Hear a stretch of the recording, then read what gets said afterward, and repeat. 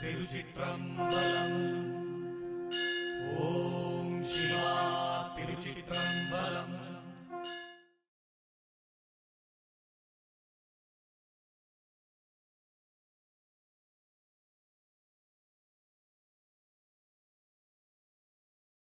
திருச்சிற்றம்பலம் ಗುರುದೇವ.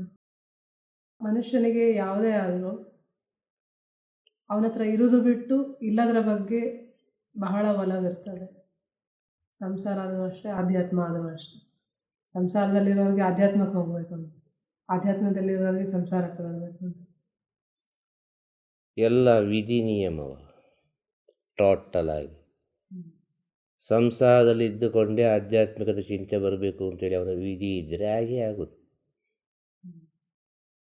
ಅದೊಂದು ಜನ್ಮದಲ್ಲಿ ಅವನು ಎಷ್ಟೋ ತಪ್ಪು ಮಾಡಿರ್ಬೋದು, ಅನೇಕ ರೀತಿಯಲ್ಲಿ ಗುರುವಿಗೆ ನಿಂದನೆ ಮಾಡಿರ್ಬೋದು, ಅನೇಕ ರೀತಿಯಲ್ಲಿ ಏನೋ ಒಂದು ಮನಸ್ಸು ನೋಯಿಸಿರ್ಬೋದು.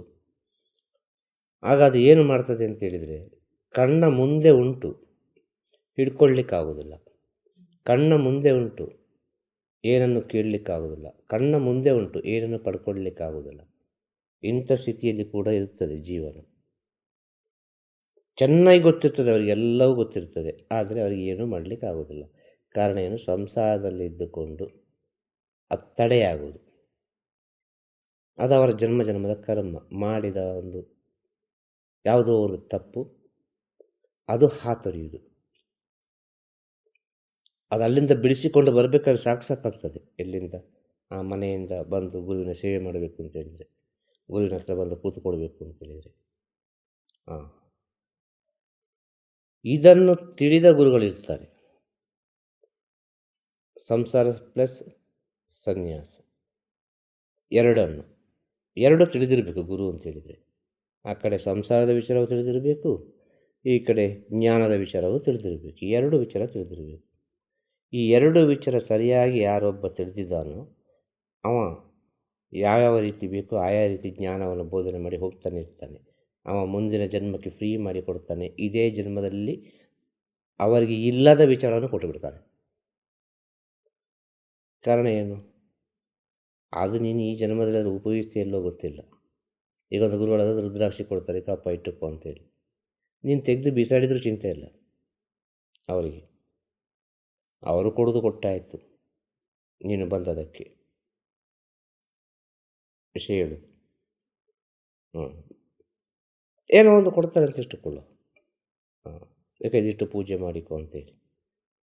ಅವನು ಪೂಜೆ ಮಾಡಿದ್ರೂ ಚಿಂತೆ ಇಲ್ಲ, ಅದನ್ನು ಬೇರೆಯವ್ರಿಗೆ ಕೊಟ್ಟರೂ ಚಿಂತೆ ಇಲ್ಲ. ಅವರ ಡ್ಯೂಟಿ ಮುಗಿಯಿತು. ಇದು ಗುರುವಿನ ಸ್ಥಿತಿ. ತಿಳಿದವರು ಅನೇಕ ರೀತಿಯಲ್ಲಿ ಸಂಸಾರದಲ್ಲಿದ್ದವರನ್ನು ಆ ಸಂಸಾರದ ಸ್ಥಿತಿಯಲ್ಲೇ ಆಧ್ಯಾತ್ಮಿಕ ದಾರಿಯಲ್ಲಿ ಹೋಗಲಿಕ್ಕೆ ಹೇಳ್ತಾರೆ. ಇದೇ ಇದರಲ್ಲಿ ಹೋಗುದು, ಏನು ಚಿಂತೆ ಮಾಡಬೇಡ. ಅದರಲ್ಲೇ ಒಳ್ಳೊಳ್ಳೆ ಸ್ಥಿತಿಗಳು ಉಂಟು. ಮತ್ತು ಗುರು ಒಬ್ಬರಿಗೆ ಸ್ವಂತ ಅಲ್ಲ. ಗುರು ಒಬ್ಬರಿಗೆ ಸ್ವಂತ ಅಲ್ಲ, ಗುರು ಪ್ರಪಂಚಕ್ಕೆ ಸ್ವಂತ. ಪ್ರಪಂಚಕ್ಕೆ ಸ್ವಂತವಾಗುವ ಪ್ರಪಂಚದಲ್ಲಿದ್ದವರು ಎಲ್ಲರೂ ಒಂದಲ್ಲ ರೀತಿಯಲ್ಲಿ ಗುರುವಿಗೆ ಕನೆಕ್ಟೆಡ್. ನಿಜವಾಗಿಯೂ ಮಹಾಭಾರತದಲ್ಲಿ ಅದೆಷ್ಟು ಸಾವಿರ, ಎಷ್ಟು ಲಕ್ಷ, ಎಷ್ಟು ಕೋಟಿ ಜನರಿದ್ದು ಗೊತ್ತಿಲ್ಲ ಮಹಾಭಾರತದಲ್ಲಿ. ಆದರೆ ಕೃಷ್ಣ ಎಲ್ಲರಿಗೂ ಗೊತ್ತುಂಟು ಅಲ್ವಾ? ರಾಮಾಯಣದಲ್ಲಿ ಏನೆಲ್ಲ ಉಂಟು ಅಂತೇಳಿ ಗೊತ್ತಿರಲಿಕ್ಕಿಲ್ಲ, ಆದರೆ ರಾಮ ಎನ್ನುವ ಗೊತ್ತುಂಟು, ಎಲ್ಲರಿಗೂ ಗೊತ್ತುಂಟು ಅಲ್ವಾ? ಇದು ಅವತಾರದಲ್ಲಿ ತಗೊಳ್ಳೋ ವಿಚಾರ. ಇನ್ನೊಂದು ಭಗವಂತ ಅಂತ ಹೇಳುವ ವಿಚಾರ, ಆ ದೇವರು ಅಂತ ಹೇಳುವ ವಿಚಾರ ನಂಬಿಕೆ ಇದ್ದವನಿಗೂ ನಂಬಿಕೆ ಇಲ್ಲದವನಿಗೂ ಎಲ್ಲೋ ಒಂದು ಕಡೆ ಉಂಟು. ಎಲ್ಲೋ ಒಂದು ಕಡೆ ಉಂಟು. ದೇವರು ಎಲ್ಲಿದ್ದಾನೆ ಅಂತ ಕೇಳಿದರೆ ಅರ್ಥ ಉಂಟ? ದೇವರು ಪ್ರೀತಿಯಲ್ಲಿದ್ದಾನೆ, ದೇವರು ಮನಸ್ಸಿನಲ್ಲಿದ್ದಾನೆ, ದೇವರು ಗುಣದಲ್ಲಿದ್ದಾನೆ, ದೇವರು ಕರುಣೆಯಲ್ಲಿದ್ದಾನೆ. ಒಟ್ಟಿನಲ್ಲಿ ದೇವರು ಎಲ್ಲದರಲ್ಲೂ ಇದ್ದಾನೆ. ಮನುಷ್ಯನೊಳಗೆ ದೇವರು ಯಾವ್ಯಾವ ರೀತಿಯಲ್ಲಿ ಏನೆಲ್ಲ ಮಾಡ್ತಾರೆ ಅಂತ ಹೇಳೋದಕ್ಕೆ ಈಗ ಹೇಳಿದ ಉದಾಹರಣೆಗಳು. ಒಂದು ಪ್ರೀತಿ ಇದ್ದರೆ ತಾನೇ ಏನೋ ಒಂದು ಮಾಡುವಂತಾಗೋದು. ಹಾಂ, ಅದು ದೈವಿಕ ಗುಣ ಅಲ್ವಾ? ಯಾವುದು? ಪ್ರೀತಿ ಅಲ್ವಾ? ಹಾಂ. ಆಗ ಮೊದಲು ಉಂಟಾಗುವುದು ಪ್ರೀತಿ, ಎಲ್ಲದರಲ್ಲಿ ಇರುವುದು ಪ್ರೀತಿ, ಕೊನೆಗೆ ಹೋಗುವುದು ಸೇರುವುದು ಪ್ರೀತಿ. ಇದು ಅದ್ಭುತ ವಿಚಾರ. ಕಾರಣ ಏನು? ಸೃಷ್ಟಿ, ಪ್ರೀತಿಯ ಮೂಲ ಬಿಂದುವೇ ಸೃಷ್ಟಿ. ಅದೇ ಪ್ರಪಂಚ ಪೂರ್ತಿ ವ್ಯಾಪಿಸಿರುವುದು. ಅದು ನನಗೆ ಸಿಕ್ಕಲಿಲ್ಲ ಅಂತೇಳಿ ಇಲ್ಲಿ ಹೊಡೆದಾಟ ಬಡೆದಾಟ ಅಲ್ಲ. ಅದು ನನಗೆ ಸಿಕ್ಕಲಿಲ್ಲ, ಅದು ನನ್ನದಾಗಲಿಲ್ಲ, ನಾನು ಹೇಗಿದ್ದೇನೆ ಅಂತ ನೋಡಲಿಲ್ಲ. ನಾನು ಹೇಗಿದ್ದೇನೆ ಅಂತೇಳಿ ನೋಡಲಿಲ್ಲ. ಈ ಸತ್ಯಸ್ಥಿತಿ ಹೇಳೋದರ್ಥ ಆಯ್ತಾ? ಹ್ಞೂ. ಆಗ ಅದೇ ಪ್ರೀತಿ ಹೇಳೋದು, ಸತ್ಯವನ್ನು ತೋರಿಸೋದು, ಈ ಸಂಸಾರ ಅಲ್ಲ ಏನಿಲ್ಲ ಅಂತೇಳಿ. ಅದೇ ಪ್ರೀತಿ ಜ್ಞಾನದ ದಾರಿಯಲ್ಲಿ ನಡೆಸಿಕೊಂಡು ಹೋಗುವುದು.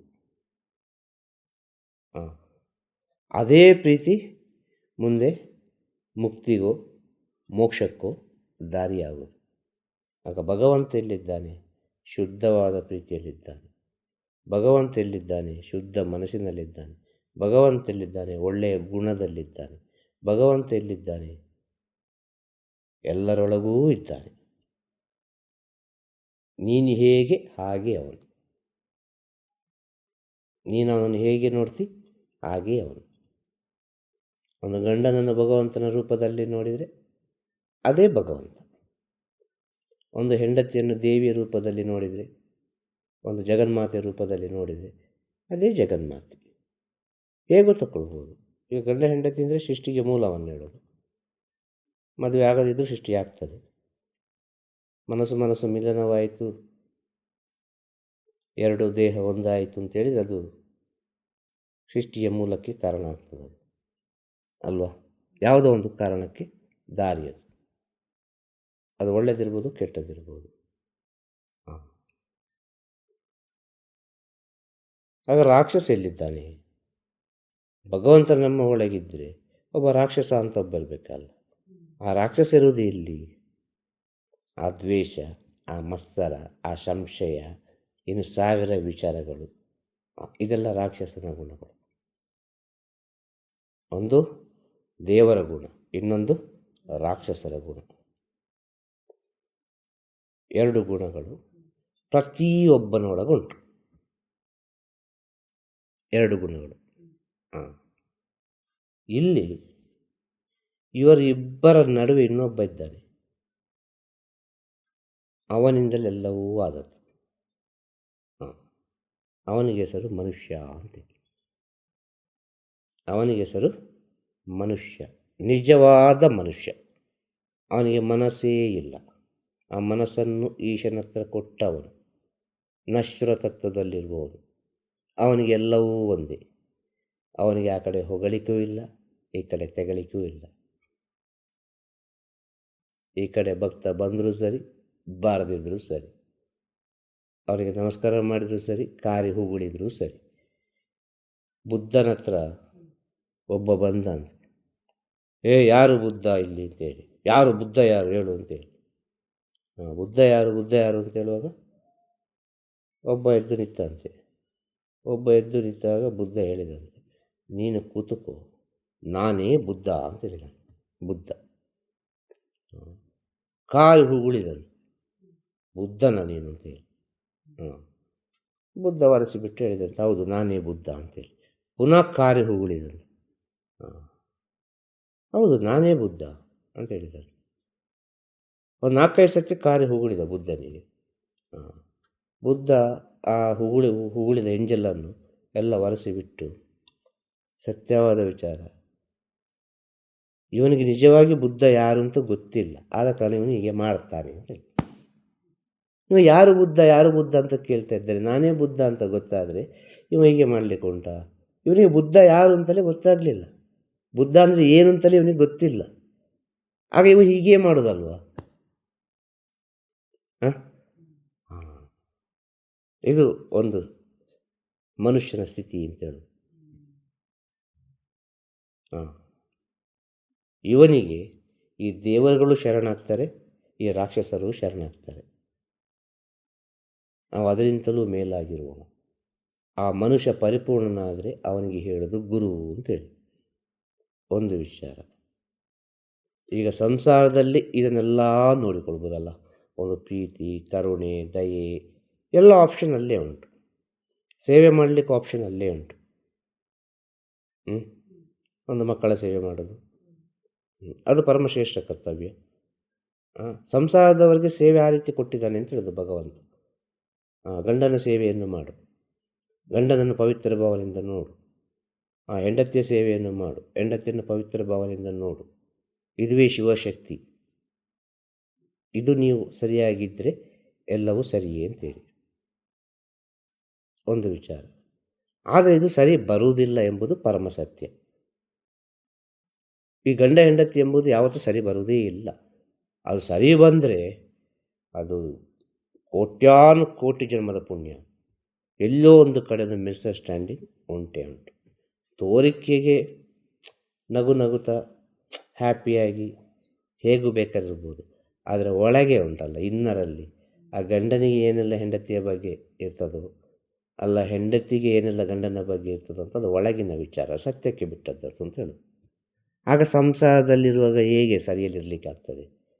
ಆಗ ಸಂಸಾರದಿಂದ ಹೊರಗೆ ಬರುವಾಗ ಎಲ್ಲಿ ಪ್ರೀತಿ ಸಿಗ್ತದೆ ಅಂತ ಹುಡುಕುತ್ತದೆ ಅದು. ಒಂದು 5 ನಿಮಿಷ ಆದರೆ ಯಾರು ಸಿಗ್ತಾರಾ? ಒಂದು 10 ನಿಮಿಷ ಆದರೆ ಯಾರು ಸಿಗ್ತಾರಾ? ಒಂದು ಅರ್ಧ ಗಂಟೆ ಆದರೆ ಯಾರು ಸಿಗ್ತಾರಾ? ಯಾಕೆ? ತನ್ನ ಮನಸ್ಸಿನ ಭಾರವನ್ನು ಇಳಿಸಲಿಕ್ಕೆ. ಆ ಮನಸ್ಸಿನಲ್ಲಿ ಅಷ್ಟೆಲ್ಲ ವೇದನೆಗಳಿರ್ತದೆ, ಅಷ್ಟೆಲ್ಲ ವಿಚಾರಗಳಿರ್ತದೆ, 1000 ರೀತಿಯ ವಿಚಾರಗಳಿರ್ತದೆ. ಅದನ್ನು ಎಲ್ಲೋ ಒಂದು ಕಡೆ ಹಾಕಬೇಕು. ಅಂದರೆ ಎಲ್ಲಿ ಹಾಕಬೇಕು? ಒಂದು ಒಳ್ಳೆಯವರ ಹತ್ರ ಹಾಕಬೇಕು.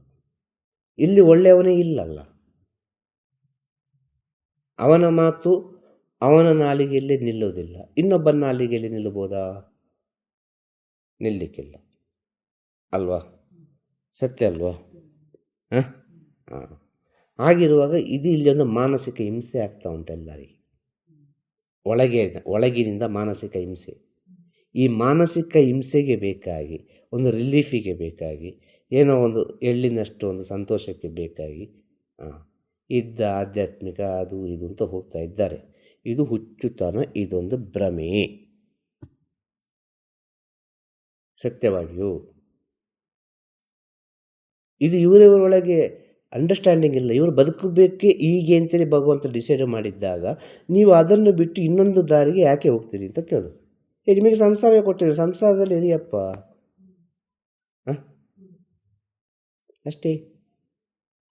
ಇನ್ನು ಕೆಲವರು ಈಗ ಸಂಸಾರದಿಂದ ವಿಷಯದಿಂದ ಈ ಕಡೆ ಬರುವ, ಆಧ್ಯಾತ್ಮಿಕ ದಾರಿ ಬರುವ, ಜ್ಞಾನ ಮಾರ್ಗದಲ್ಲಿರುವ ಸಂಸಾರದ ಕಡೆ ಯಾಕೆ ಹೋಗ್ತದೆ?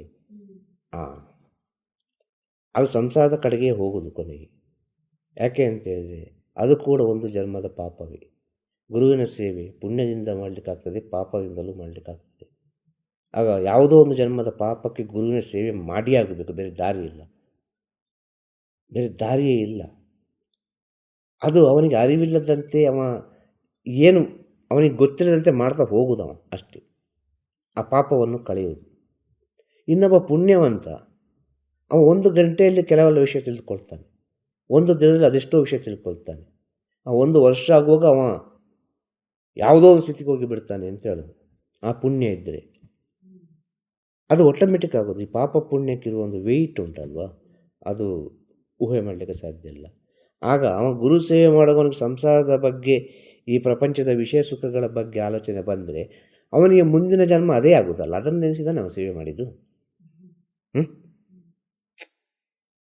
ಅದನ್ನು ನೆನೆಸಿದಾನೆ ನಾವು ಸೇವೆ ಮಾಡಿದ್ದು.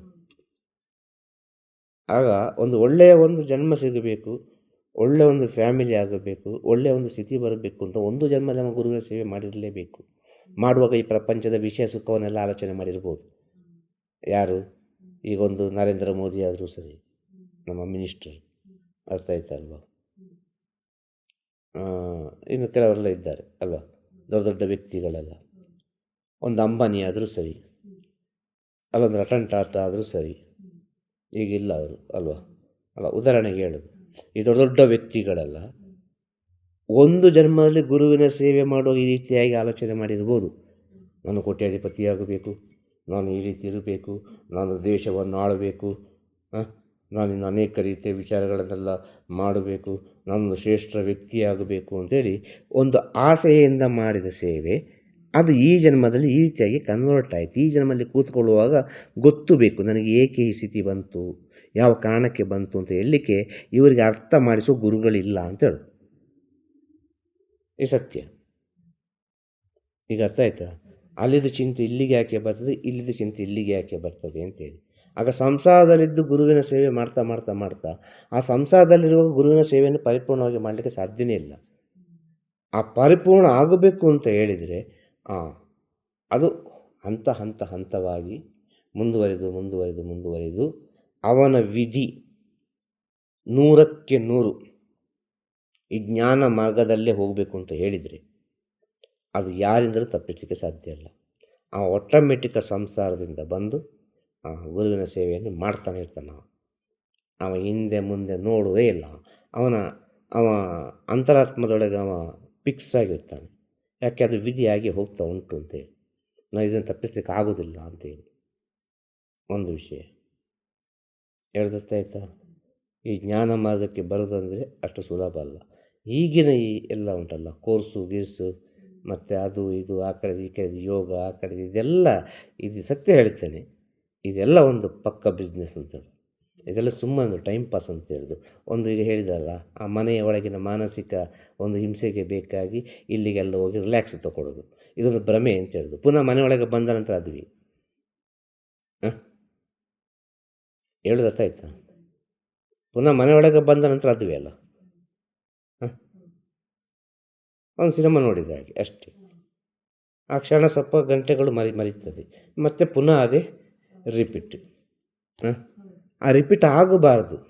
ಆ ರಿಪೀಟ್ ಆಗದೇ ಇರಬೇಕು ಅಂತಂದರೆ ಅದು ಗುರು ಸೇವೆ ಮಾತ್ರ. ಆ ಗುರು ಸೇವೆಯಲ್ಲಿರುವಷ್ಟು ಒಂದು ಮಹತ್ವ ಇನ್ನೊಂದರಲ್ಲಿ ಸಿಕ್ಕಲಿಕ್ಕಿಲ್ಲ. ಇದು ಅನುಭವದ ಮಾತು, ಸತ್ಯದ ಮಾತು. ಆ ಗುರು ಸೇವೆ ಎಂಬುದು ಅಷ್ಟು ಪವಿತ್ರ. ಈ ಗುರು ಸೇವೆ ಮಾಡುವವರು ಪ್ರೆಸೆಂಟಲ್ಲಿ ಯಾರೂ ಇಲ್ಲ. ಇದು ಏನು ಇವರು ಗುರು ಸೇವೆ ಅಂತ ಹೇಳ್ತಾರೆ. ಕಣ್ಣ ಮುಂದೆ ಕಾಣುವುದೆಲ್ಲವೂ ಗುರುವಿನ ಸೇವೆ. ಇದರಿಂದ ಸೂಕ್ಷ್ಮವಾಗಿ ಹೇಳಬೇಕಾದ್ರೆ, ನಿನ್ನ ಕಣ್ಣ ಮುಂದೆ ಒಬ್ಬ ಏನೊಂದು ಕುಂಟುತ್ತಾ ಹೋಗ್ತಾನೆ, ನಿನ್ನ ಕಣ್ಣ ಮುಂದೆ ಒಬ್ಬ ಕಣ್ಣಿಲ್ಲದವ ಹೋಗ್ತಾನೆ, ನಿನ್ನ ಕಣ್ಣ ಮುಂದೆ ಒಬ್ಬ ಆರೋಗ್ಯ ಸಮಸ್ಯೆ ಇದ್ದವ ಇರ್ತಾನೆ, ನಿನ್ನ ಕಣ್ಣ ಮುಂದೆ ಏನೋ ಒಬ್ಬ ಕಷ್ಟ ಬರುವವ ಇದ್ದಾನೆ. ಅವನಿಗೆ ಹೋಗಿ ನೀನು ಏನೋ ಒಂದು ಕಾಣಿಕೆ ಕೊಡ್ತೀಯಾ, ಅಲ್ಲ ಅವನಿಗೊಂದು ಕೈ ಹಿಡಿತೀಯೋ, ಅಲ್ಲ ಅವನ್ನ ಆ ಕಡೆ ದಾಟಿಸ್ತೀಯೋ, ಅಲ್ಲ ಏನೋ ಒಂದು ನಿನ್ನ ಆ ಕ್ಷಣದಲ್ಲಿ ನಿನ್ನ ಒಳ್ಳೆಯ ಒಂದು ಮನಸ್ಸು, ಆ ಒಂದು ಜ್ಞಾನ ಒಳ್ಳೆಯದನ್ನು ಮಾಡ್ತದಲ್ಲ, ಇದು ಗುರು ಸೇವೆ. ಇದನ್ನೇ ಗುರು ಸೇವೆ ಅಂತ ಹೇಳೋದು. ಆಗ ಗುರುವಿನಲ್ಲಿರುವಾಗ ಯಾವ ರೀತಿ ಇರಬೇಕು, ಗುರುವಿನ ಜೊತೆ ಇರುವಾಗ ಯಾವ ರೀತಿ ಇರಬೇಕು ಅಂತ ಹೇಳಿದರೆ, ಮುಗ್ಧತೆ, ಪ್ರೀತಿ, ಸತ್ಯದ ದಾರಿ. ಸತ್ಯವಂತನಾಗಲಿಕ್ಕೆ ಬಹಳ ಕಷ್ಟ ಉಂಟು. ಸತ್ಯದ ದಾರಿಯಲ್ಲಿ ಹೋಗಬಹುದು. ಕೆಲವು ವಿಷಯವನ್ನು ಬಿಡ್ಬೋದಲ್ಲಿ ಆ ದಾರಿಯಲ್ಲಿ ಹೋಗುವಾಗ, ಅಬ್ಬಾ ಇಷ್ಟು ಸತ್ಯವನ್ನು ಹೊರಲಿಕ್ಕೆ ಆಗೋದಿಲ್ಲಪ್ಪ, ಬೇಡ ಇದು. ಆಗ ಸತ್ಯದ ದಾರಿ ಬೇಕಾದ ಶಿಷ್ಯನಿಗೆ.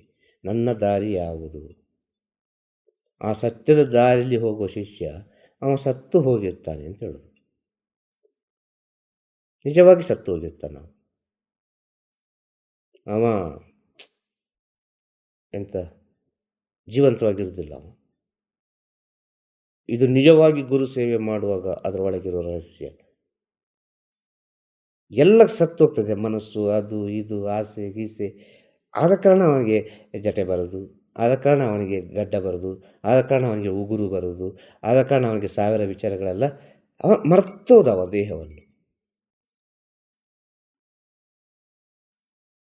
ಆದರೆ ಜೀವಂತವಾಗಿದ್ದಾನೆ. ಎಲ್ಲಿದ್ದಾನೆ ಗೊತ್ತಾ? ಆ ಗುರುವಿನಲ್ಲಿ ಐಕ್ಯವಾಗಿರ್ತಾನೆ ಆ ಸತ್ತು ಹೋದ ಶಿಷ್ಯ. ಆ ಶಿಷ್ಯ ಹೇಳೋದು ಗುರು ಅಂದರೆ ಏನು ಅಂತೇಳಿ ಈ ಪ್ರಪಂಚಕ್ಕೆ ಅವನ ಅನುಭವವನ್ನು ಅವ ಹೇಳೋದು. ಹೀಗೆ ಹೇಳಿದಂಥ ಅನುಭವ ಭಾರತ ದೇಶದಲ್ಲಿ ಅದು ಎಷ್ಟೋ ಉಂಟು. ಎಷ್ಟೋ ಋಷಿಮುನಿಗಳ ಅನುಭವ, ಎಷ್ಟೋ ಸಿದ್ಧರುಗಳ ಅನುಭವ, ಎಷ್ಟೋ ಜ್ಞಾನಿಗಳ ಅನುಭವ. ಯಾವ ರೀತಿ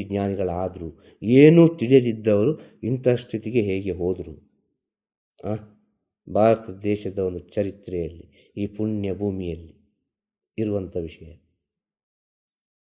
ಈಗ ಹೇಳೋದು ಒಂದು ಸಂಸಾರದಿಂದ ಬಂದದ್ದು, ಎಲ್ಲದಕ್ಕೂ ಸಂಸಾರವೇ ಮೂಲ ಅಲ್ವಾ, ಆಗ ಸಂಸಾರವೇ ದೊಡ್ಡ ಆಧ್ಯಾತ್ಮಿಕ ಅಲ್ವಾ ಅಂತ ಹೇಳೋದು, ದೊಡ್ಡ ಜ್ಞಾನ ಅಲ್ವಾ ಅಂತ ಹೇಳೋದು. ಈ ಪ್ರಪಂಚದಲ್ಲಿ ಆಧ್ಯಾತ್ಮಿಕ ಬೇರೆ ಲೌಕಿಕ ಬೇರೆ ಅಂತ ಇಲ್ಲ, ಇದು ನಾವು ಮಾಡಿಕೊಂಡದ್ದು, ಇದು ನಾವು ಮಾಡಿಕೊಂಡ ವಿಚಾರ. ಟೋಟಲ್ ಪ್ರಪಂಚವೇ ಆಧ್ಯಾತ್ಮಿಕ, ನಿಜವಾಗಿಯೂ ಎಲ್ಲವೂ ಆಧ್ಯಾತ್ಮಿಕವೇ, ಎಲ್ಲವೂ ತಿಳಿದುಕೊಳ್ಳುವ ವಿಚಾರ, ಎಲ್ಲವೂ ತನ್ನ ಒಳಗೆ ಸ್ವೀಕಾರ ಮಾಡುವ ವಿಚಾರ. ಭಗವಂತ ಸುಮ್ಮನೆ ಕಣ್ಣು ಕೊಡಲಿಲ್ಲ, ಭಗವಂತ ಸುಮ್ಮನೆ ನಮ್ಮ ಎದುರು ಸಾವಿರಾರು ಕೋಟ್ಯಾನು ಕೋಟಿ ಜೀವರಾಶಿಗಳನ್ನು ಸೃಷ್ಟಿ ಮಾಡಲಿಲ್ಲ. ತಿಳ್ಕೊಳ್ಳಿ ಅಪ್ಪ ಅಂತೇಳಿ, ಕಲಿಯಿರಿ ಅಂತೇಳಿ. ಸುಮ್ಮನೆ ಎಂಥದ್ದು ನಮಗೆ ಈ ಪಂಚೇಂದ್ರಿಯನ್ನು ಕೊಡಲಿಲ್ಲ. ಈ ಪಂಚೇಂದ್ರಿಯ ಕೊಟ್ಟದ್ದು ಯಾಕೆ? ತಿಳಿಲಿಕ್ಕೆ ಬೇಕಾಗಿ, ಕಲೀಲಿಕ್ಕೆ ಬೇಕಾಗಿ. ನಿನ್ನಿಂದ ಪ್ರಪಂಚ ಅಂತ ಹೇಳಿದ. ಪ್ರಪಂಚದಿಂದ ನೀನಲ್ಲ, ನಿನ್ನಿಂದ ಪ್ರಪಂಚ ಇರೋದು. ಈಗ ನೀನು ಬಂದದ್ದೇ ಈ ಪ್ರಪಂಚವನ್ನು ಕಾಪಾಡಲಿಕ್ಕೆ, ನೀನಿಲ್ಲದ್ರೆ ಪ್ರಪಂಚ ಮುಂದೆ ಹೋಗುವುದಿಲ್ಲ. ಈ ಸತ್ಯ ವಿಷಯ. ಆಗ ಭಗವಂತ ಎಷ್ಟು ಸೂಕ್ಷ್ಮವಾಗಿ ಸೃಷ್ಟಿ ಮಾಡಿರಬಹುದು. ನಾವು ಭಗವಂತ ಅಂತ ಹೇಳ್ತೇವೆ, ಸೃಷ್ಟಿಗೆ ಮೂಲಕರ್ತ. ಆ ಸೃಷ್ಟಿ ಹೇಗಾಯಿತು ಅಂತ ತಿಳಿಬೇಕಾದ್ರೆ ಜ್ಞಾನ ಬೇಕಲ್ಲ. ಆಗ ಜ್ಞಾನಕ್ಕೆ ಮೂಲಕರ್ತನಾದವನು ಯಾರು? ಗುರು. ಇದೆಲ್ಲ ಹೇಗೆಲ್ಲ ಆಯಿತು ಅಂತ ಹೇಳ್ತಾನೆ, ನಾನು ಸೃಷ್ಟಿ ಮಾಡಿದಂತ ಅವ ಹೇಳೋದಿಲ್ಲ ಗುರು. ಇಷ್ಟೇ ವ್ಯತ್ಯಾಸ. ಇದು ನಾನು ಸೃಷ್ಟಿ ಮಾಡಿದ್ದು, ನನ್ನಿಂದ ಸೃಷ್ಟಿ ಆಯಿತು ಅಂತ ಗುರು ಹೇಳೋದಿಲ್ಲ. ಇದು ಹೇಗೆ ಆಯಿತು, ಹೇಗೆ ಮುಗೀತದೆ, ಏನು ಆಗ್ತದೆ ಎಂಬ ವಿಚಾರವನ್ನು ಹೇಳ್ತಾನೆ ನಾವು. ನಾನು ಮಾಡಿದೆ ಅಂತ ಅವ ಹೇಳೋದಿಲ್ಲ. ಹೇಳ್ದು ಅರ್ಥ ಆಯ್ತಾ? ಈ ಸ್ಥಿತಿಗೆ ಬರಬೇಕು ಅಂತ ಹೇಳಿದರೆ ಈ ಶಿಷ್ಯನ ಸ್ಥಿತಿ ಸತ್ತು ಹೋದ ಸ್ಥಿತಿಯಲ್ಲಿ ಇರಬೇಕು. ಅವನಿಗೆ ಗೊತ್ತೇ ಆಗಬಾರ್ದು. ಸ್ನಾನ ಮಾಡ್ತೇನಾ ಇಲ್ವಾ ಗೊತ್ತಿಲ್ಲ, ಊಟ ಮಾಡ್ತೇನಾ ಇಲ್ವಾ ಗೊತ್ತಿಲ್ಲ, ನಿದ್ರೆ ಮಾಡ್ತೇನಾ ಇಲ್ವಾ ಗೊತ್ತಿಲ್ಲ. ಆ ಒಟ್ಟಿನಲ್ಲಿ ಆ ಗುರುವಿನ ನಾಮಸ್ಮರಣೆಯಲ್ಲಿ ಇದ್ದೇನೆ ಎಂತ ಗೊತ್ತಿಲ್ಲ. ಗುರುವಿನ ನಾಮಸ್ಮರಣೆ ಮಾತ್ರ ನನ್ನೊಳಗಿರೋದು, ಅದು ಮಾತ್ರ ಓಡ್ತಾ ಇರೋದು. ಗುರು ಏನು ಹೇಳಿದ್ದಾರೆ, ಗುರು ಏನು ಹೇಳಿದ್ದಾರೆ, ಗುರು ಏನು ಹೇಳಿದ್ದಾರೆ, ಗುರು ಯಾವಾಗ ಬರ್ತಾರೆ, ಆ ಗುರು ಯಾವಾಗ ಊಟ ಮಾಡ್ತಾರೆ, ಆ ಗುರು ಏನು ಮಾಡ್ತಾರೆ, ಗುರು ಎಂತ ಮಾಡ್ತಾರೆ, ಅದುವೇ ವಿಚಾರದಲ್ಲಿರ್ತದೆ ಅವನು. ಎಂಥದ್ದು ಒಳಗಿನ ಓಟ, ಅಷ್ಟು ಸ್ಪೀಡ್ ಇರ್ತದೆ ಆ ಓಟ.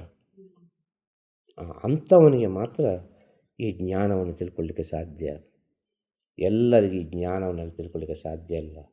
ಆಸೆ ಹಾಕಿ ವೇಷ ಹಾಕಿ ಬರುವವರಿಗೆ ಗುರು ಒಳ್ಳೆ ವೇಷ ಹಾಕಿಸಿ ಮೇಲೆ ಕೂತ್ಕೊಳಿಸಿ ಬಿಡ್ತಾರೆ.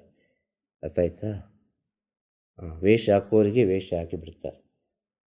ವೇಷ ಹಾಕೋರಿಗೆ ಒಂದು ವೇಷ, ಮಾಯಕ್ಕೆ ಒಂದು ಮಾಯ. ಅದು ಗುರುವಿನ ಸ್ಥಿತಿ. ಅದನ್ನೆಲ್ಲ ವರ್ಣನೆ ಮಾಡಲಿಕ್ಕೆ ಸಾಧ್ಯ ಇಲ್ಲ. ಅದೆಲ್ಲ ಅವರವನ ಅನುಭವ, ಅವ ಹೇಳುವಂಥ ವಿಷಯ. ಅರ್ಥ ಆಯ್ತು ಹೇಳೋದು?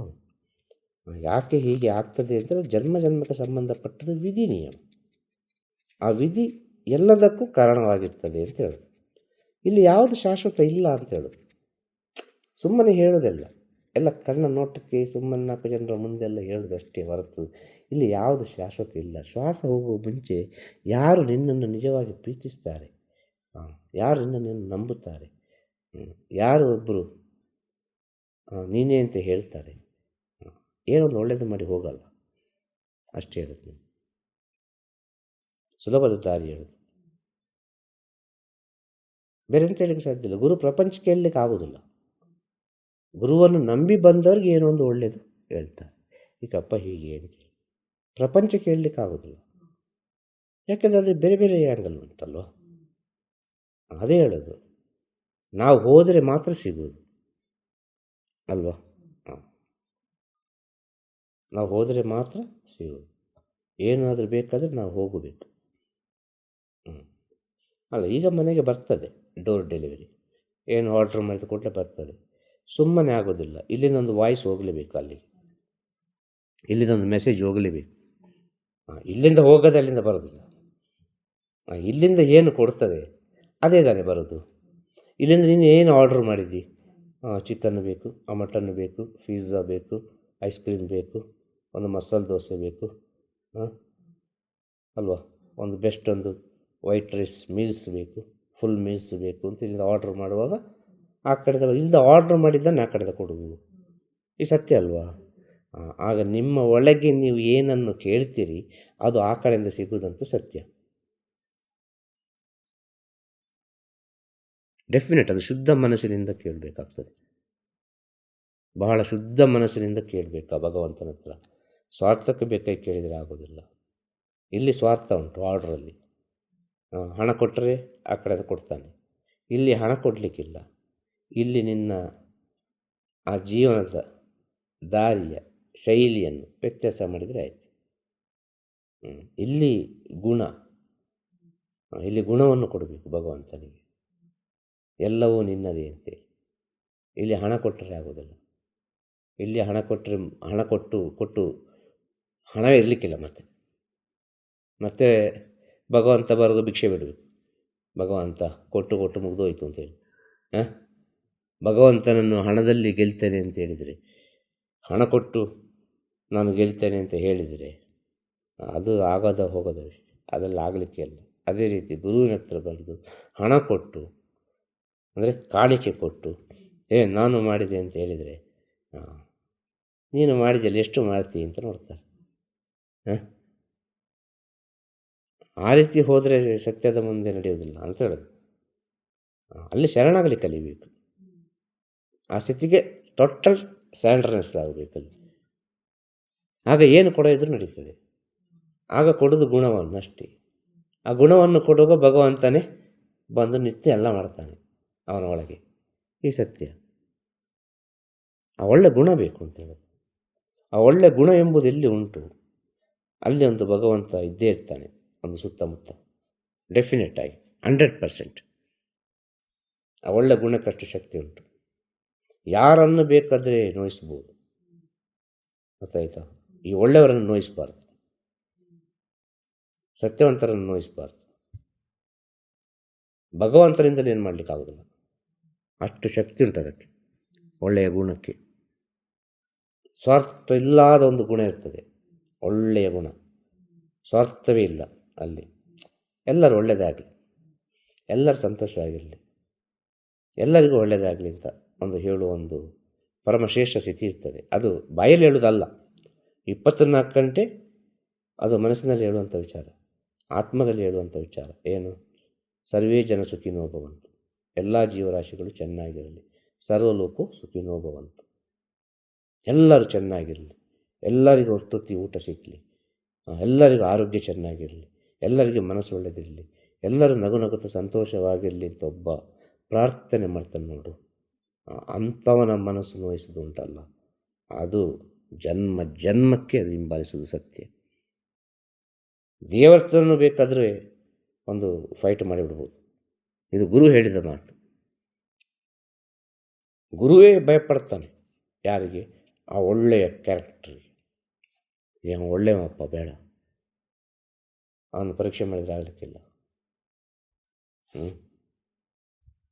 ನಿಜವಾಗಿಯೂ ಆ ಒಳ್ಳೆಯ ಗುಣ ಕಾಣಬೇಕು. ಅದು ಗುರುವಿಂದ ಮಾತ್ರ ಸಾಧ್ಯ. ಅದೇ ಸತ್ಯ ಹರಿಶ್ಚಂದ್ರ ಆದದ್ದು. ವಿಶ್ವಾಮಿತ್ರ ಒಳ್ಳೆಯ ಒಂದು ವ್ಯಕ್ತಿಯನ್ನು ಪರೀಕ್ಷೆ ಮಾಡಿದ. ಒಳ್ಳೆಯ ವ್ಯಕ್ತಿ ಎಲ್ಲ ಪರೀಕ್ಷೆಯನ್ನು ಸ್ವೀಕಾರ ಮಾಡಿದ. ಸ್ವೀಕಾರ ಮಾಡಿ ಮಾಡಿ ಮಾಡಿ ಮಾಡಿ ಮಾಡಿ ಕೊನೆಗೆ ಸ್ವಂತ ಮಗನನ್ನಾದರೂ ಕೂಡ ಸ್ಮಶಾನದೊಳಗೆ ಸೇರಿಸಲಿಲ್ಲ. ಕಾಣಿಕೆ ಇಟ್ಟು ತಗೊಂಡು ಬಾ, ಏನು ಅಕ್ಕಿಯ ಬೆಲ್ಲ ಎಂಥದಿಷ್ಟು ತಗೊಂಡು ಬಾ. ಹೆಂಡತಿ ಅಂತ ಗೊತ್ತಾದರೂ ಕೇಳಲಿಲ್ಲ. ಮಾಂಗಲ್ಯವನ್ನು ಮಾರಿ ಅದು ತಗೊಂಡು ಬಾ ಅಂತ. ಸ್ವಾಮಿ ಸ್ವಾಮಿ ಅಂತ ಅವಳು ಕರೆದ್ರೂ ಕೂಡ ಅವ ತಿರುಗಿ ನೋಡಲಿಲ್ಲ. ಅಲ್ಲಿ ಎಲ್ಲ ಫೈನಲ್ ಮುಗಿದೋಗ್ತದೆ. ಒಳ್ಳೆಯ ವ್ಯಕ್ತಿಗೆ ಎಷ್ಟು ಶಕ್ತಿ ಉಂಟು ಅಂತೇಳಿ, ಒಳ್ಳೆಯ ವ್ಯಕ್ತಿಗೆ ಎಷ್ಟು ಸತ್ಯ ಉಂಟು ಅಂತೇಳಿ. ಆ ಒಳ್ಳೆಯ ಒಂದು ವ್ಯಕ್ತಿಗೆ ದೇವತೆಗಳೇ ಬಂದು ಶರಣಾಗ್ತಾರೆ, ಋಷಿಮುನಿಗಳೇ ಬಂದು ಶರಣಾಗ್ತಾರೆ ಅಲ್ವಾ? ಕೊನೆಗೆ ಹರಿಶ್ಚಂದ್ರನಿಗೆ ಅವನ ತಪಸ್ಸು ಮಾಡಿದ್ನ, ಅವನ ಜ್ಞಾನ ಬೇಕು ಅಂತ ಹೋದ್ನ? ಹೋಗಲಿಲ್ಲಲ್ಲ. ಆ ಒಳ್ಳೆಯ ವ್ಯಕ್ತಿಯಾಗಲಿ ಕಲಿಬೇಕು, ಒಳ್ಳೆಯ ಮನುಷ್ಯನಾಗಲಿ ಕಲಿಬೇಕು. ಆ ಕೊಟ್ಟ ಮಾತನ್ನು ಉಳಿಸಲಿಕ್ಕೆ ಕಲಿಬೇಕು. ನಾನು ಕೊಟ್ಟ ಮಾತನ್ನು ಉಳಿಸಬೇಕು ಯಾವುದೋ ಒಂದು ರೀತಿಯಲ್ಲಿ. ಗುರುದೇವರಿಗೆ ಏನೋ ಒಂದು ಹೇಳಿದ್ದೇನೆ ಸೇವೆ, ಗುರುದೇವರಿಗೆ ಏನೋ ಒಂದು ಹೇಳಿದ್ದೇನೆ, ಒಂದು ಮಾತು ಕೊಟ್ಟಿದ್ದೇನೆ, ಅದನ್ನು ಉಳಿಸ್ಲಿಕ್ಕೆ ಯಾರೊಬ್ಬ ಕಲಿತಾನೋ ಅವ ಬೆಳೀತಾ ಹೋಗ್ತಾನೆ. ಹೇಗೆ ಬೆಳೀತಾನೆ? ಅಂತರಾತ್ಮದಲ್ಲಿ ಬೆಳೀತಾನೆ, ಜ್ಞಾನದಲ್ಲಿ ಬೆಳೀತಾನೆ.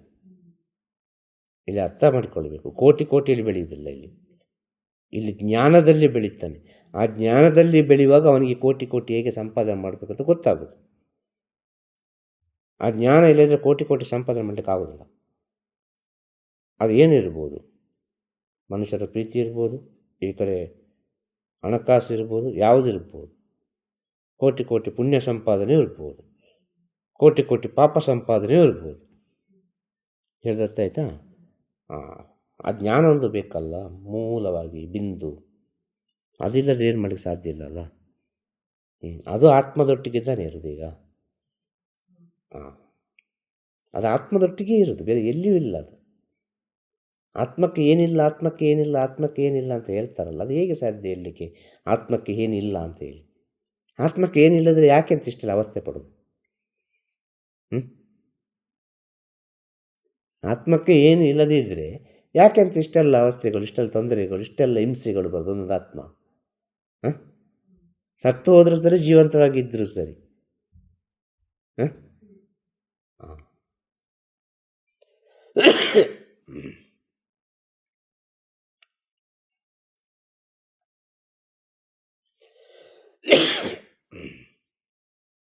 ನೋಡು,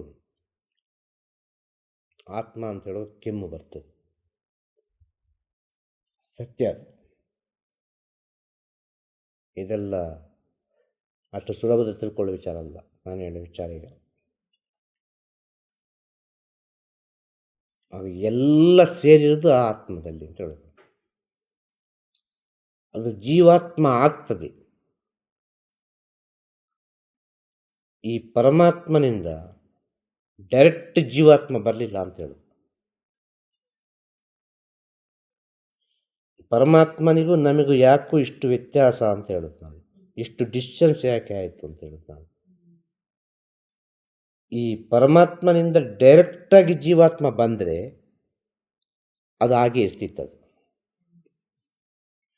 ಇಲ್ಲಿ ಪರಮಾತ್ಮನಿಂದ ಆತ್ಮವಾಗಿ ಬಂದು ಆತ್ಮದಿಂದ ಜೀವಾತ್ಮವಾಗಿ ಬಂದ ಕಾರಣ ಇಲ್ಲಿ ಒಂದು ನಡುವಲ್ಲಿ ಒಂದು ಗೋಡೆ. ಇಲ್ಲಿ ಸಿಗೋದಿಲ್ಲ ಅದು ಕನೆಕ್ಟಿವಿಟಿ. ಈ ಸತ್ಯ. ಇಂಥ ವಿಷಯವನ್ನೆಲ್ಲ ಯಾರೊಬ್ಬ ತಿಳಿತಾನೆ, ಇಂಥ ವಿಷಯವನ್ನು ಕೇಳಿ ಯಾರೊಬ್ಬ ಒಳ್ಳೆ ಒಂದು ಅಂತರಾತ್ಮದೊಳಗೆ ತಗೊಂಡು ಹೋಗ್ತಾನೆ, ಅವನಿಗೆ ಗುರು ಎಂಬುವರು ತನ್ನಿಂತಾನಾಗಿ ಒಲಿದುಕೊಳ್ತಾರೆ. ಹೇಗೆ ಒಲಿದುಕೊಳ್ತಾರೆ? ತನ್ನ ಒಳಗೇ ಅದು ಗುರು ಚೈತನ್ಯ ಎಂಬುದು ಬೆಳೀತಾ ಹೋಗ್ತದೆ. ಗುರು ಒಲಿಯುವುದಂದ್ರೆ ಹೇಗೆ? ಅವನಲ್ಲಿ ಆಗೋ ಪರಿವರ್ತನೆ. ಒಬ್ಬ ಕೇಳ್ತಾನೆ, ಗುರು ಸೇವೆ ಮಾಡಿ ಏನಾಯಿತು ಅಂತ ಒಬ್ಬ ಶಿಷ್ಯ ಕೇಳ್ತಾನೆ. ಗುರು ಹೇಳ್ತಾರೆ, ಮಾಡ್ತಾ ಬಾ ಸೇವೆ ಮಾಡ್ತಾ ಬಾ ಅಂತೇಳಿ. ಅವನ ಒಳಗೆ ಕೇಳಿಕೊಂಡೇ ಸೇವೆ ಮಾಡ್ತಾನೆ. ಏನು ಸಿಗ್ತದೆ? ಆ ಜ್ಞಾನ ಸಿಗ್ತದ, ಈ ಜ್ಞಾನ ಸಿಗ್ತದ, ಅದು ಸಿಗ್ತದ, ಇದು ಸಿಗ್ತದ, ಎಲ್ಲ ಹುಡುಕ್ಲಿಕ್ಕೆ ಹೋಗ್ತಾನೆ. ಆ ಪವರ್ ಸಿಗ್ತದ, ಈ ಪವರ್ ಸಿಗ್ತದ ಅಂತೇಳಿ ಸೇವೆ ಮಾಡುವಾಗ. ಒಬ್ಬ ಇನ್ನೊಬ್ಬ ಆ ಸೇವೆಯನ್ನು ಮಾಡ್ತಾನೆ ಹೋಗ್ತಾನೆ, ಏನೂ ನೋಡೋದಿಲ್ಲ. ಹಿಂದೆ ಮುಂದೆ ಮೇಲೆ ಕೆಳಗೆ, ಒಳ್ಳೆಯದು ಕೆಟ್ಟದ್ದು, ಅದು ಅವಮಾನ, ಬೈಗುಳು, ಬಹುಮಾನ ಎಲ್ಲ ಒಂದೇ ತಗೊಂಡು ಹೋಗ್ತಾ ಇರ್ತಾನೆ. ಅವನಿಗೆ ಏನು ಬೇಡ, ಗುರು ಮಾತ್ರ ಬೇಕಾಗ್ತಾನೆ.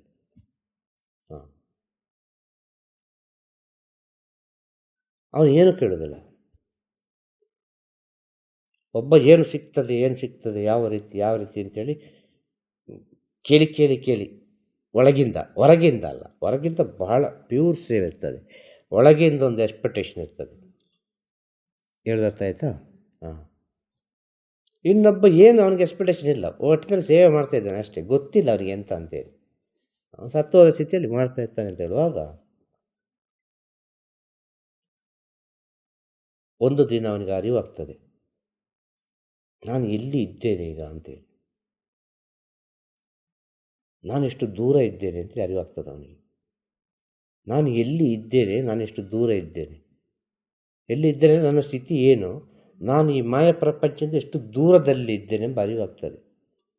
ಎಂಬ ಅರಿವು ಆದ ತಕ್ಷಣ ಉಂಟಲ್ಲ, ಅವನ ಒಳಗೊಂದು ಪರಿವರ್ತನೆ ಪಟ್ ಅಂತೇಳಿ ಒಂದು ಸೆಕೆಂಡಲ್ಲಿ ಆಗಿಬಿಡ್ತದೆ.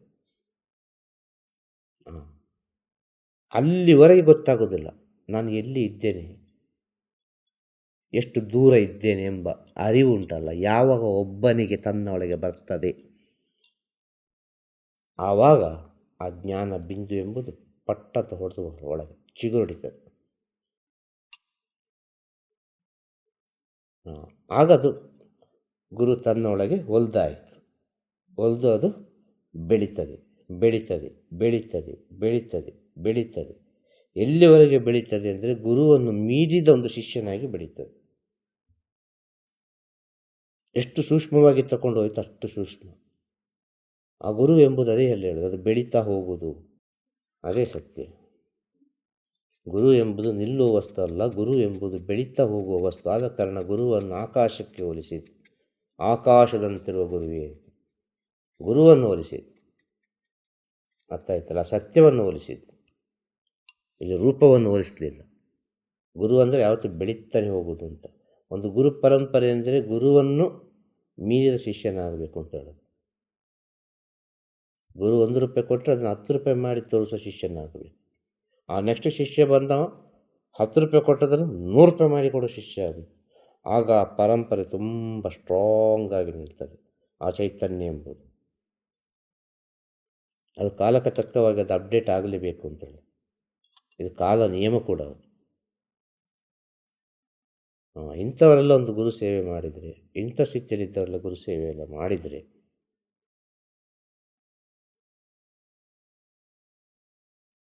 ಕೊನೆಗೆ ಅವರು ಭಗವಂತ ಆಗೋದಂತೂ ಸತ್ಯ. ಹೇಗೆ? ಅವನಿಗೆ ಅರಿವು ಬರ್ತಲ್ಲ, ನಾನು ಎಲ್ಲಿದ್ದೇನೆ, ಎಷ್ಟು ದೂರ ಇದ್ದೇನೆ ಎಂಬ ಅರಿವು ಬಂದ ಕೂಡಲೇ, ಅವನಿಗೆ ಜ್ಞಾನೋದಯ ಆದ ಕೂಡಲೇ, ಅವನ ನೋಡಿದ ಕೂಡಲೇ ಒಂದು ನಮಸ್ಕಾರ ಮಾಡಲಿಕ್ಕೆ ಶುರು ಮಾಡ್ತಾರೆ. ಅವನು ನೋಡಿದ ಕೂಡಲೇ ಅದು ಕಾಲಿಗೆ ಅಡ್ಡ ಬೀಳುವ ಅಂತೇಳಿ ಮನಸ್ಸಾಗ್ತದೆ. ಅವನು ನೋಡಿದ ಕೂಡಲೇ ಏನೋ ಒಂದು ಅವನ ಕೈಯಿಂದ ಪಡ್ಕೊಳ್ಳುವ, ಅವನು ನೋಡಿದ ಕೂಡಲೇ ಏನೋ ಒಂದು 2 ಮಾತು ಹೇಳ್ತಾನ. ಅವನು ನೋಡಿದ ಕೂಡಲೇ ಏನೋ ಒಂದು ಚೈತನ್ಯ ಉಂಟಲ್ಲ, ಸ್ವಲ್ಪ ಹೊತ್ತು ಇವನು ಹಿಂದೆ ಹೋಗುವ. ಅವನನ್ನು ನೋಡಿದ ಕೂಡಲೇ ಏನೋ ಒಂದು ಇವ್ರದ್ದು ಸೇವೆ ಮಾಡಬೇಕಲ್ಲ, ಅವನು ನೋಡಿದ ಕೂಡಲೇ ಇವ್ರಿಗೊಂದು ಊಟ ಕೊಡುವಲ್ಲ, ಇವ್ರಿಗೊಂದು ಸ್ಥಳ ಮಾಡಿ ಕೊಡುವಲ್ಲ ಅಂತ ಎಲ್ಲ ವಿಚಾರಗಳು ಬರ್ತದೆ. ಅವನಿಗೆ ಬರುವುದಿಲ್ಲ. ಯಾರಿಗೆ? ಆ ಸ್ಥಿತಿಯನ್ನು ಕಂಡುಕೊಂಡವನಿಗೆ. ನಾನು ಎಷ್ಟು ದೂರ ಇದ್ದೇನೆ, ನಾನು ಎಲ್ಲಿ ಇದ್ದೇನೆ, ನನ್ನ ಸ್ಥಿತಿ ಏನು ಅಂತ ತಿಳಿದವನಿಗೆ ಈ ಅರಿವು ಯಾವುದು ಬರ್ತದೆ, ಅವನನ್ನು ನೋಡುವವನಿಗೆಲ್ಲ ಅರಿವು ಬರ್ತದೆ. ಆಗ ಪ್ರಕೃತಿ ಮಾಡಿಸುವುದು ಆ ಗುರು ತತ್ವವನ್ನು, ಆ ಗುರುವಿನ ಬೆಳವಣಿಗೆಯನ್ನು, ಗುರುವಿನ ಚೈತನ್ಯ ತೋರಿಸುವುದು. ಅದು ಹೀಗೆ ಏನಾಗಿದೆ ಅಂತಂದರೆ ಎಲ್ಲ ಪ್ಯಾಷನ್ ಆಗಿ, ಎಲ್ಲ ಒಂದು ಪಬ್ಲಿಸಿಟಿಯಾಗಿ ಯಾವ್ಯಾವ ರೀತಿಯಲ್ಲಿ ಹೋಗ್ತಾ ಉಂಟು. ಇಲ್ಲಿ ಯಾವುದು ಒಳ್ಳೆಯದು ಯಾವುದು ಕೆಟ್ಟದ್ದು ಅಂತೇಳಿ ಇಲ್ಲಿ ಕಂಡುಹಿಡಲಿಕ್ಕೆ ಆಗ್ತಾಯಿಲ್ಲ. ಇಲ್ಲಿ ಭಯಂಕರ ಕನ್ಫ್ಯೂಷನ್ ಉಂಟು. ಸತ್ಯವಂತ ಗುರುಗಳ ಜೊತೆಗೆ ಇರಲಿಕ್ಕೆ ಸಾಧ್ಯವೇ ಇಲ್ಲ. ಡೆಫಿನೆಟ್ ಹೇಳ್ತೇನೆ. ಅದು ಚುಚ್ಚುತ್ತಾನೆ ಇರುತ್ತೆ ಆಗಾಗ, ಜೇನುನೊಣ ಚುಚ್ಚಿದಾಗೆ ಚುಚ್ಚುತ್ತಾನೆ ಇರ್ತದೆ. ಚುಚ್ಚುತ್ತದೆ, ಸಿಹಿ ಕೊಡ್ತದೆ, ಚುಚ್ಚುತ್ತದೆ, ಸಿಹಿ ಕೊಡ್ತದೆ, ಚುಚ್ಚುತ್ತದೆ, ಸಿಹಿ ಕೊಡ್ತದೆ, ಚುಚ್ಚುತ್ತದೆ, ಸಿಹಿ ಕೊಡ್ತದೆ. ನೋವನ್ನು ಅನುಭವಿಸಲಿಕ್ಕಲ್ಲಿ ಸಿಹಿಯನ್ನು ನೀನು ತನ್ನಿಂತಾನಾಗಿ ಪಡ್ಕೊಳ್ತಿ. ನಿಮಗೆ ನೋವೇ ಅನುಭವಿಸ್ಲಿಕ್ಕೆ ಆಗೋದ್ರೆ ಸಿಹಿ ಬೇಕು ಅಂತ ಹೇಳಿದರೆ ಹೇಗೆ ಸಾಧ್ಯ? ಸಾಧ್ಯ ಅಲ್ಲ. ಆಗ ಸಿಹಿಯನ್ನು ನೀನು ಇಟ್ಕೊಳ್ಬೇಕು ಅಂತ ಆದರೆ ನೋವನ್ನು ಅನುಭವಿಸಬೇಕು. ಆ ನೋವಂದರೆ ಏನಂತ ಗೊತ್ತಿದ್ದರೆ ಮಾತ್ರ ಸಿಹಿಯನ್ನು ಇಟ್ಕೊಳ್ಲಿಕ್ಕೆ ಆಗೋದು ಎಂಬ ಸತ್ಯವನ್ನು ತಿಳಿದವ ಪರಮಶ್ರೇಷ್ಠ ಶಿಷ್ಯನಾಗ್ತಾನೆ. ಹೇಳಿದರ್ಥ ಆಯ್ತಾ? ಹಾಗೆ ಸಂಸಾರದಲ್ಲಿದ್ದುಕೊಂಡು ಗುರು ಸೇವೆ ಮಾಡೋದಕ್ಕೂ, ಇಲ್ಲಿ ಇದ್ದುಕೊಂಡು ಆ ಕಡೆ ಹೋಗೋದಕ್ಕೂ, ಆ ಕಡೆಯಿಂದ ಈ ಕಡೆಗೆ ಬರೋದಕ್ಕೂ ಎಲ್ಲದಕ್ಕೂ ಮೂಲವಾಗಿ ವಿಧಿಯೇ ಕಾರಣ. ಅವರವರು ಜನ್ಮದಲ್ಲಿ ಏನೇನೆಲ್ಲ ಕೇಳಿಕೊಂಡು ಬಂದಿದ್ದಾರೆ ಅದನ್ನೆಲ್ಲ ಅನುಭವಿಸ್ತಾ ಇದ್ದಾರೆ. ಇಷ್ಟೇ ಹೇಳಲಿಕ್ಕೆ ಸಾಧ್ಯ. ಅರ್ಥ ಆಯ್ತಾ? ಆದರೆ ಇಷ್ಟೆಲ್ಲ ವಿಷಯ ಸಿಕ್ಕಿದ್ದೆಲ್ಲ ಬೇಕಾದದ್ದೇ, ಎಲ್ಲರಿಗೂ ಬೇಕಾದದ್ದು. ಅರ್ಥ ಆಯ್ತಾ? ತಿರುಚಿಟ್ರಂಬಲಂ. ಗುರುವೇ ಶರಣಂ. ನಮಃ ಶಿವಾಯ. ನಮಃ ಶಿವಾಯ. ನಮಃ ಶಿವಾಯ.